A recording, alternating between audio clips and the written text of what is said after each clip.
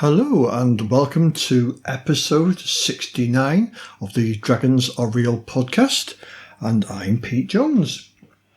So what have I been up to recently? Well, managed to get a few games in and a couple of new ones, which is always nice. Got in a game of Modern Age, which is a Green Ronin product that was run by Uncle J Raz.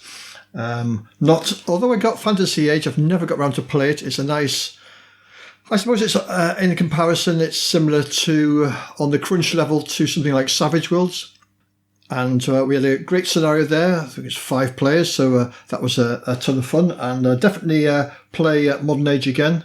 The age system, it uses a 3d6 system, and if you roll doubles, then you get a stunt. And a stunt is one of the 3 dice that you roll, which is coloured. So yeah, it's a good system. So thanks for running that, Uncle Jay.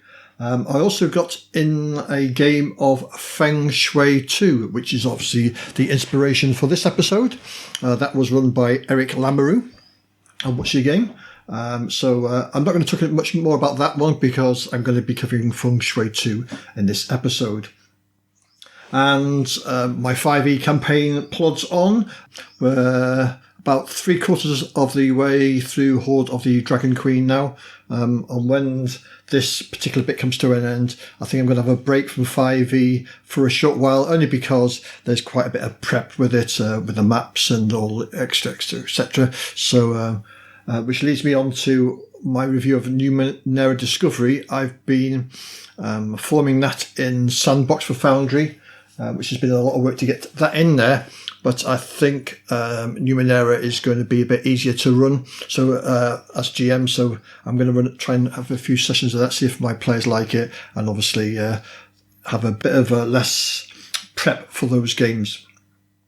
And finally, I finished my IC RPG 2E mod for Sandbox and Foundry, and that's been distributed via the Foundry Discord and the ICRPG Discord. So you can run your ICRPG games in Foundry. So that's what I've been up to at the moment. Let's get on to the main subject.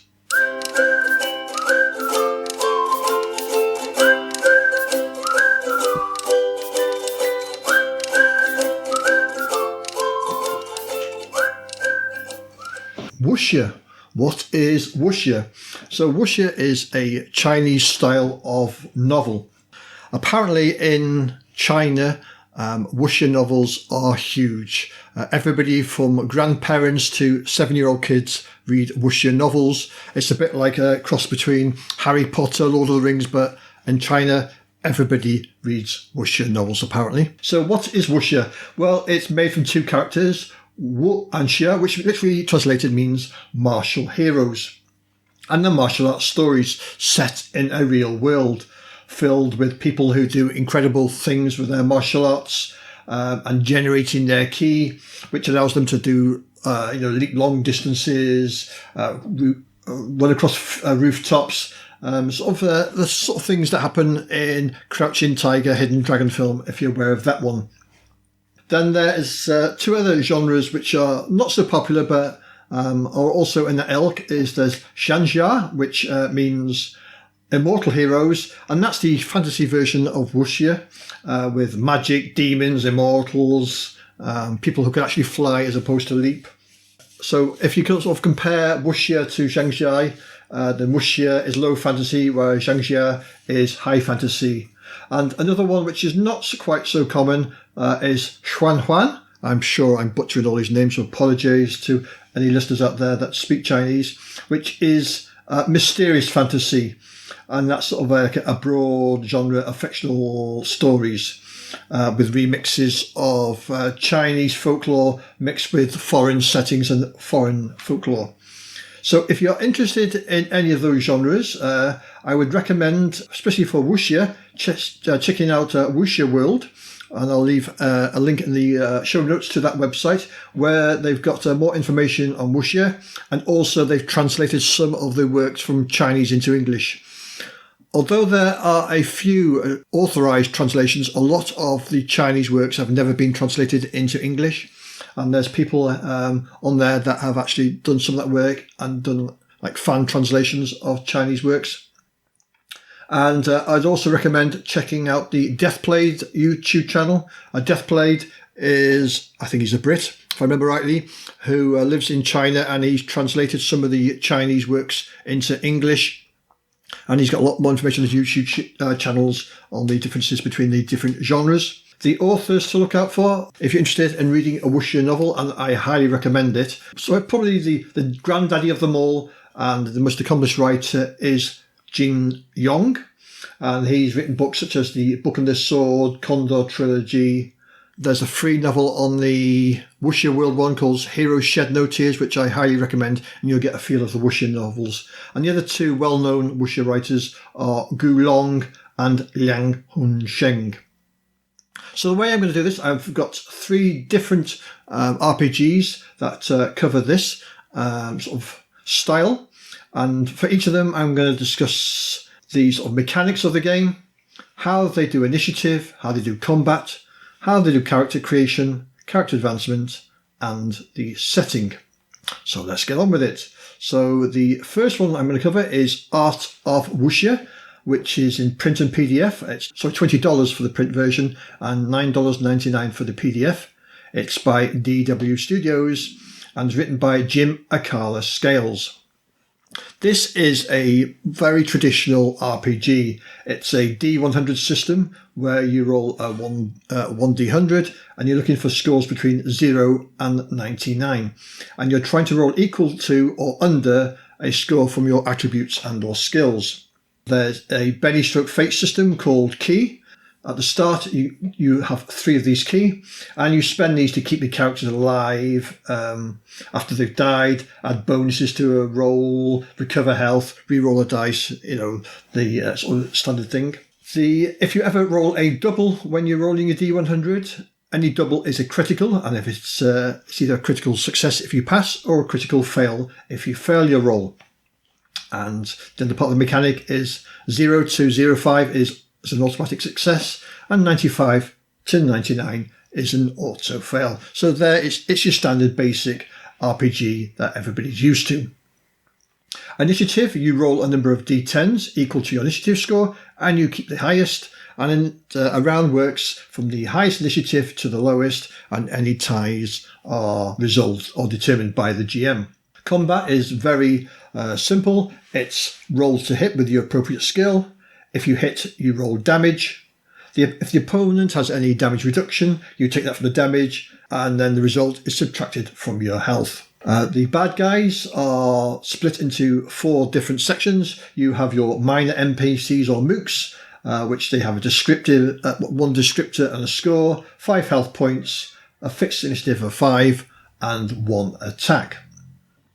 Then we have formations, which basically are a collection of 5 to 20 mooks, and they're a mixture of the mooks and major NPCs, which are coming up next. You have major NPCs, which they have a rank, a score, a number of skills, damage, health, resistance, techniques, baroque spells, and key. And finally, you have your major villains, which are your very tough opponents. As you would expect, with it being a sort of your typical RPG system, the character creation is also very typical. You roll 5d10 for your 4 attributes, which are strength, dex, logic, and willpower. You select your skills, and your skills are basically archetypes or character classes or professions. So it's skills like detective, warrior, thief, that sort of thing. And you assign one to plus 20% and a secondary one to plus 10%. Then you calculate your skills for all your archetypes, and these are based on your 4 attributes and any points you put on primary and secondary skills. You specify any descriptors and moral codes of your character, buy equipment, and then work out your derived scores, which are things like your health, your body points, your movement, your initiative, attack scores, etc. All your standard sort of RPG system. The advancement, you earn XP, which in this setting, this game is called cultivation points, and you spend those cultivation points to increase your skills, your abilities, add more spells, learn martial arts, learning languages. It does come with a setting. The setting is Longzi, which is like a mythical, typical Chinese setting. It's swords and martial arts in your typical Chinese martial arts old school film. None of your modern stuff here. There's a history of the land with three lands, the Dragon Empire, Demon Lands, and Jin. So the Art of Wuxia is a traditional D100 RPG system, and that's your first choice. Next up, we have Feng Shui 2, which again is available in print and PDF, $50 in print or $20 for the PDF. It's by Atlas Games, and the author is Robert D. Laws. Now, this is a large book of 354 pages, and I believe it was a Kickstarter, and as they reached the stretch goals they kept adding more onto it, and probably one of the reasons why the book is so large and covers so much. So the mechanics for Feng Shui is basically you roll 2 different coloured dice, D6. One is a positive dice and one is a negative dice, and you set that before you do the roll, and you roll the 2d6 and subtract the negative dice from the positive dice. So it's going to give you a number between +5 and -5, with the average roll being 0. And the core mechanic is your standard. You take an attribute, you roll the dice, and you're trying to equal or beat a target number. Your attributes are called action values, and the target number is called difficulty. You have set difficulties which range from 5, which is a little tricky, up to 25, impossible, or you're rolling, it's a roll against a fixed difficulty, which is the defense of the target. There are 2 types of rolls, open rolls and closed rolls. The only difference being with open rolls, any 6 rolled explodes, and you keep rolling those exploding 6s, which means you can get obscenely high numbers and sort of fits in well with the genre. Anytime you roll double 6s, that means something special is going to happen. Double 6s is called boxcars. And if your action result is 0 or less, then that's a way awful failure, also known as a critical fail in other game. And what you'll already notice with Feng Shui 2 is it's got lots of unique jargon, which can become confusing at first, but the more you play it, the more it becomes familiar. So you've got phrases like action roll, boxcars, action result, way awful failure, swerve, which is the actual roll, the outcome, which is your result, difficulty, smackdown, shticks. So it can get a bit confusing at first, but once you get the hang of the jargon, it all makes sense. It has a benefit economy, which are called fortune points, which characters usually have a range of between 6 and 8 fortune points. And you use these to add a non-exploding positive dice to your roll. You can improve your defense. You can request hints from the GM or power your special abilities or your shticks. The initiative system, it's an action point style system called the shot clock. Oh yes, it's got another name for that. Basically, you make an initiative roll at the beginning of the turn sequence to determine your initial shot, which is your score. And you're placed on a running track, and same with all the NPCs. And basically, whoever's got the highest shot goes first. And when you take your action, it costs you a number of action points, and you move down the shot track. And the next highest person takes an action, and you keep moving down the track taking actions, and each shot cost is in the region of 1 to 5, with 3 being the average. And once you get to 0, you can take no more actions in this turn, and once everybody gets down to 0, a new sequence begins. So let's get on to combat. So you roll your 2d6 to get your result, or your swerve, and you add this to your ability, your action value. And you add any special abilities, your shticks, and you get your result, or your action result. With me so far? Okay, so your action value is if you're shooting is guns, if you're fighting is martial arts, and then if you're doing magic, it's sorcery. The target number you're trying to beat in combat is the opponent's defense value. So once you have your action result, you subtract your defense of your target, and that is your attack outcome. So basically, any points over the target's defense is a hit, and that is your attack outcome. Your attack outcome is then added to your weapon damage, and then you subtract the target's toughness, and that's how many wound points they get. And although it sounds complicated when I'm talking this over a podcast, actually, when you get down to it, it's quite simple. And the more you do it, the quicker it gets. You have quite high hit points in this game.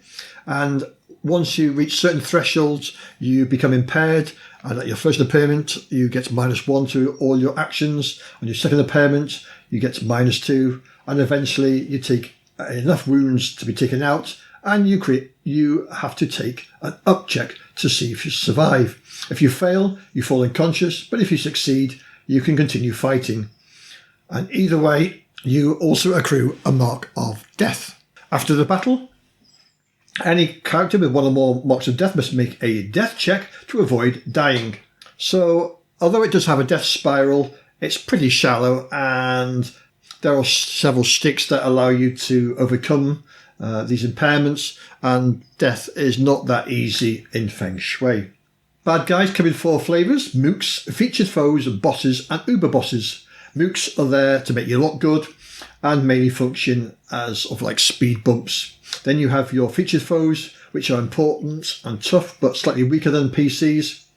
Then you have bosses but equal to a PC, and then you have your uber bosses, which sort of take several PCs to defeat. One thing I do like for the GM is that there is like a matrix of hit results for mooks. So that instead of rolling for each mook, the GM can look at this matrix and give an attack score, and if it hits, cause any damage. And that really does speed up play. Character creation is quite a bit different. It uses an archetype system for character creation. There's no customization of the characters at all, apart from you get to choose your background and personality details. So all the stats and everything is there set for you, which means it's great that you can get up and running quickly because you just pick an archetype and bang, you're off and running. The downside is if you like lots of creating custom characters, then you can't do this in Feng Shui 2. Advancement, it uses experience points, and you get a list of advancements for each archetype, which are unique. And then when you get your experience points, you can spend those on the first advancement. You get to pick one of your sticks, and that's same for everyone. And that usually happens on the first important campaign milestone. Thereafter, to get advancement, one of the players has to roll an advancement roll. And if they succeed, all PCs get to advance. If he fails, or she fails, then nobody gets to advance. And when to make an advancement roll is decided by the GM. This has got quite an elaborate setting, and as it sort of seeks to emulate the Hong Kong and Hollywood style action movies, then it has got a setting that fits in with that. So basically, portals exist that allow people called inner walkers to travel to specific points in time. You have the ancient, which is like the 7th century AD, the past, which is sort of the 1850s, the contemporary, which is present day, and the future, which is 2074. There are different factions throughout these time zones, these time periods, and in getting to these time periods means that you have to travel through the netherworld, which is like another worldly place which is full of monsters, spirits, and displaced inner walkers. So that is where this sorcery comes in. So you've got a mixture of modern, futuristic and ancient all in one, and a bit of time travel in there. So that is Feng Shui 2. Which leads me on to the third and final RPG. Let's get to it. So the final RPG in the trilogy is Wushu, which is available in PDF format only and is free / pay what you want. And it's by Daniel Bain. And it's available in a few formats. There's like a basic 27-page format. There's an open version available as web only, and the version that I've got is the Black Belt edition, which is the basic 27-page version with all the extra expansions thrown into it. And I believe the story behind Wushu is Daniel was a fan of Feng Shui 1, but found it a bit too crunchy for his liking, so he wanted a simple system and invented Wushu. Let's have a look at the mechanics of Wushu. So the character have a number of traits which are rated between 1 and 5. And the traits act as a target number for your dice rolls, and you have to roll equal to or under your traits. You roll a number of dice in a dice pool, and the dice in this game are all d6. And however, if you get a success on your dice pool, then you succeed. The maximum number of dice in your dice pool is set by the GM and is usually in the region of 4 to 10 dice, with the default being 5 to 6 of the dice pool. Players earn dice by adding detail or cool descriptions to what they're doing. And the number of successes then determines how effective you are at what you do. It has a Benny and Fate system called key points, and at the beginning of each scene, each character has 3 of those. There is no initiative at all in this game. The characters decide what happens, and if the GM decides that there's going to be an order, he will decide an order. Otherwise, the action takes place as a result of this description by all the characters. So this is a lot more of a free-form game. Basically, the GM will set the dice pool, and to earn your dice, then you have to give descriptions. So if you just said, I attack him with my sword, that would give you 1 dice in your dice pool. However, if you said, I leap over the table, gives you 1 dice, slide across the floor, gives a 2nd dice, thrust up with my sword, that's your 3rd dice, and at the same time sweep his legs, that will give you 4 dice. So in this genre, the more description you give, it also adds to the narrative of the game and encourages players to be a lot more flourishing with their descriptions because they're going to earn more dice. Once you've got your dice pool, then you split them into offense and defense. Your offense is called your yang, and your defense is called your yin. And each yin that is a success will cancel 1 successful attack. Any hits not defended take you out, and the victor gets to describe how they win. If both opponents roll the same number of hits without being cancelled, then the tie goes to the hero.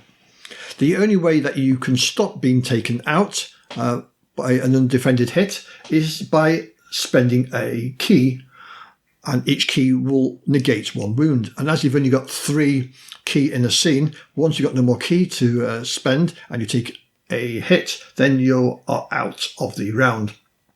And it's not described as death in this game, it's just taken out, and it could be you're knocked out, it could be you're pushed out of a room. It's a very narrative game. In combat, you have threats and you have enemies. Threats are a score that you have to whittle down to get to 0 to defeat. So it might be a ticking time bomb with a pool of 10. It could be a hard door you're trying to get through with a pool of 4, and each success will whittle them down to get down to 0. In a similar way, your mooks are a pool of chips. So you could have 17 ninjas that you're fighting, and you whittle those down by successes. The clever thing with this is that no matter how many mooks they are, they cause 1 hit to a PC per round. So if you don't put any yin into defense, then you're going to get taken out by these mooks. So it is a balancing act of putting some points into defense, some dice into defense, while trying to take them out. And that works really well. So let's have a look at that character creation. So basically you have to come up with 2 to 4 traits that describe what your character is or what your character does. You pick 1 weakness that describes what you are rubbish at, and that is always set to a score of 1. Then you assign a number of points, which is determined by the GM, to spread amongst your traits, and traits range from 1 to 5. And there are some example characters in there with some example traits that you should have. So you should have a motivation, an action, maybe profession, and a weakness. Advancement. Well, there isn't any advancement. Well, there is. They say there's no advancement, but then for people that don't like advancement, it gives some ideas. So you can shuffle your traits around. You can have milestones. When you get 3 milestones, you get a new trait, or you can increase a trait by 1. There is no setting at all, but there's quite a bit of advice on how to adapt your favourite movies and TV shows to Wushu. And as said, the Black Belt edition has a lot of expansions, and these expansions add things like sword fighting, gunfighting, swashbuckling, car chases, sci-fi settings, and all that stuff. But as with the rest of the system, it's very simple. And that is Wushu. So let's get on to my conclusion. So as you can see, there's 3 very different types of games. You've got your traditional RPG in Art of Wuxia, which is a D100 system. You've got your indie style RPG, I would call it, which is your Feng Shui 2. And then you've got your narrative play, which is your Wushu. So if you're in the camp of traditional RPGs, then probably Art of Wuxia is the way to go. For people that are into things like Savage Worlds, maybe even GURPS, those sort of games, then you're probably going to prefer Feng Shui 2. It's a bit more crunchy. And then finally, if you're into your PBTAs or your narrative games, then Wushu is the way to go. I would play any 3 of these games quite happily. Running wise, I think if I was going to do a one shot off the top of my head, then Wushu is the way to go. You don't need much to get that going. You can, if you've got no game plan, you could just bang that out. Character creation would be a couple of minutes and you're up and running. Not hard to explain. If I was going to do probably a 3 or 4 or more session game, then I would probably go for Art of Wuxia, because I like the D100 system and I like more traditional games. Personally, I wouldn't run Feng Shui 2, but I'd quite happily play in it. I think there's a little bit more crunch there for the GM to get their head around. It's a little bit more complicated explaining to new players because of the terms, but actually it isn't that hard to play at all. It's just the terms throw you off kilter, but when it comes down to playing, you soon zip through it. So there's no recommendation for me there. All 3 are available playable games. Pick what you like. Right, I believe we've got some call-ins from Jason and Ray Otus, so let's get to the call-in section.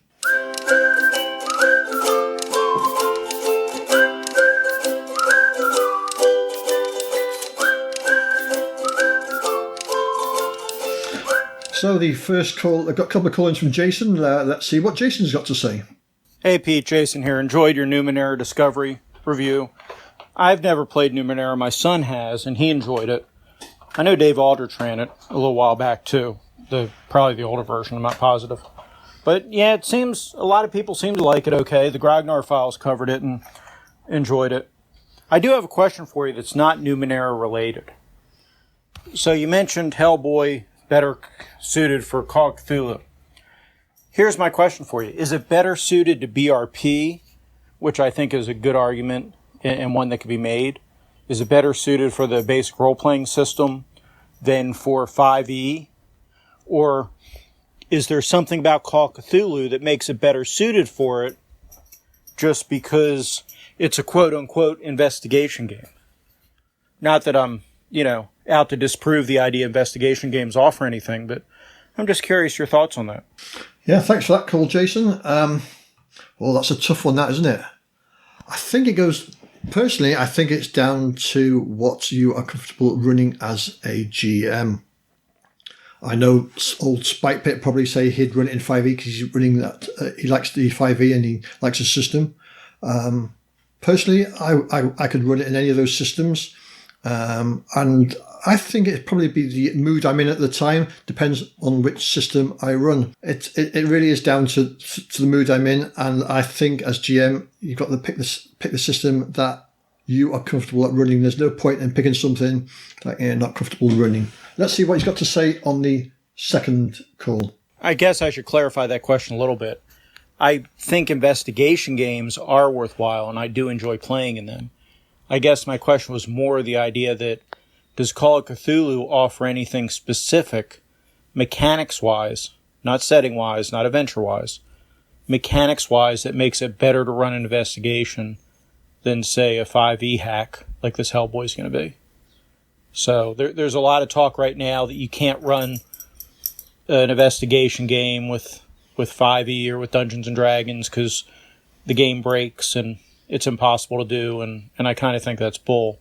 So I'm kind of curious your thoughts on why Call of Cthulhu is better suited, or if maybe you were saying basic role-playing is better suited than the 5e style system, which I would fully agree that BRP is a better system than a level-based system like 5e is.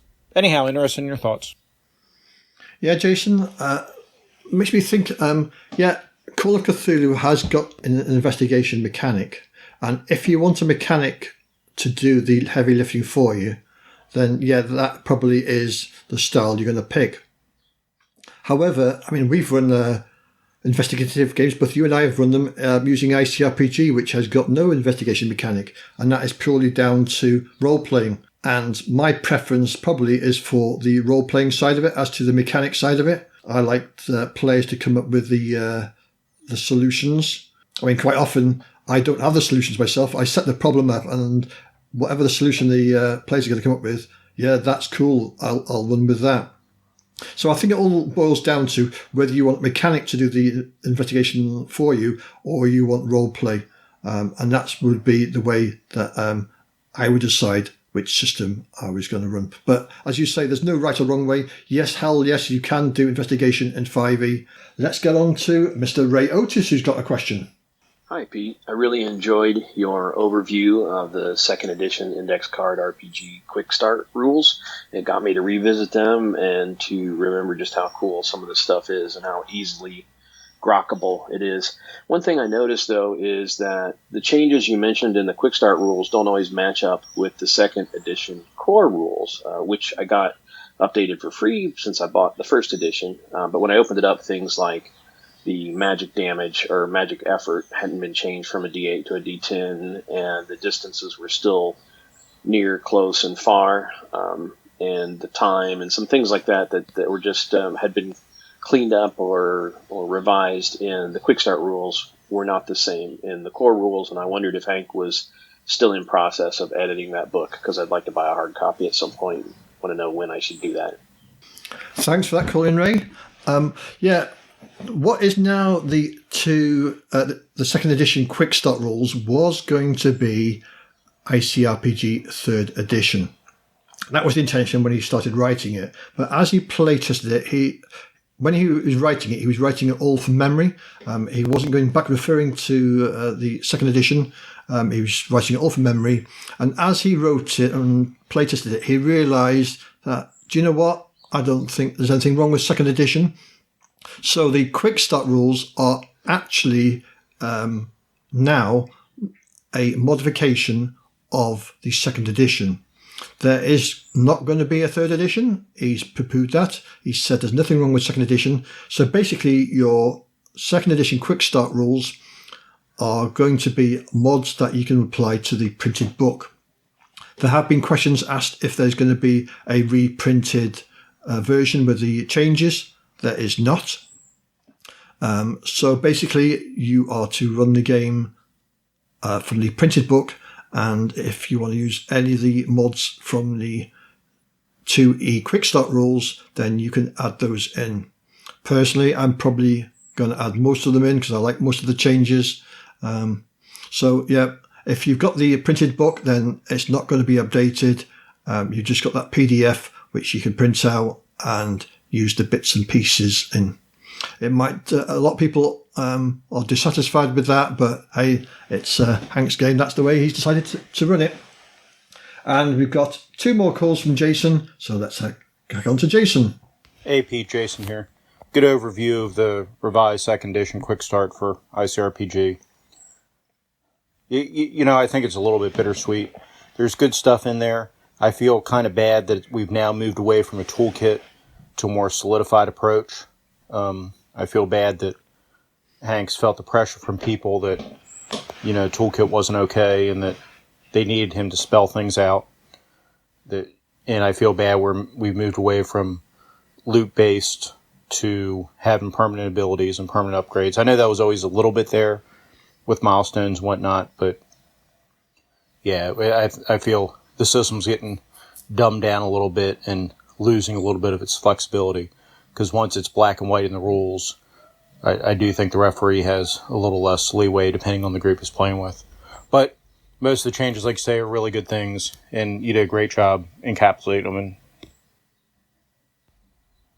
overall, it's a wonderful overview. Thank you very much for doing that. Hopefully I get to play in one of your ICRPG games again, or vice versa. I've always enjoyed playing in your games. And yeah, I need to check out the Foundry VTT anyway, so maybe we'll trick you into playing a game for us on that, so we can check that out. Anyhow, take it easy, Pete. Good job doing the overview. And like I say, I'm not down on Hank or down on the new edition. It just feels a little bittersweet because we've now moved on to, and maybe that's the normal evolution of things, that we've had to move away from Toolkit to more solidified and codified, but it feels like a change, from that punk rock kind of anti-establishment kind of, do-it-yourself to the more conservative, more, solidified rule set. So thanks, Jason. Yeah, I know where you're coming from. I think you're right. There was pressure on there by people that like codified rules. They wanted things in black and white. A lot of the mods in there is stuff that some of us have been doing anyway, off the hoof. Just now that it's now, as you said, it's solidified. I think you can still run ICRPG any way you want to. I mean, hell, you can play it without any of the mods whatsoever. But yeah, it's. I know where you're coming from, but yeah, it's still my favorite game. It's hackable, and we can do stuff anyway that's not written down. We don't need it written down to do it. You and I know that. And yeah, I would like to get to play with you again sometime, Jason. We seem to be moving in different circles at the moment, just the way gaming goes, what the games I can get into, and the games you can get into. And the bloody time zones across the ocean are a pain in the bum. Whenever I see a game, and then my time, it's 4:00 in the morning. Damn. But there we go, Jason. Thanks for that call, and thanks for all my call-ins today. I really appreciate them. If you want to get in touch with me, you can leave a voicemail via Anchor.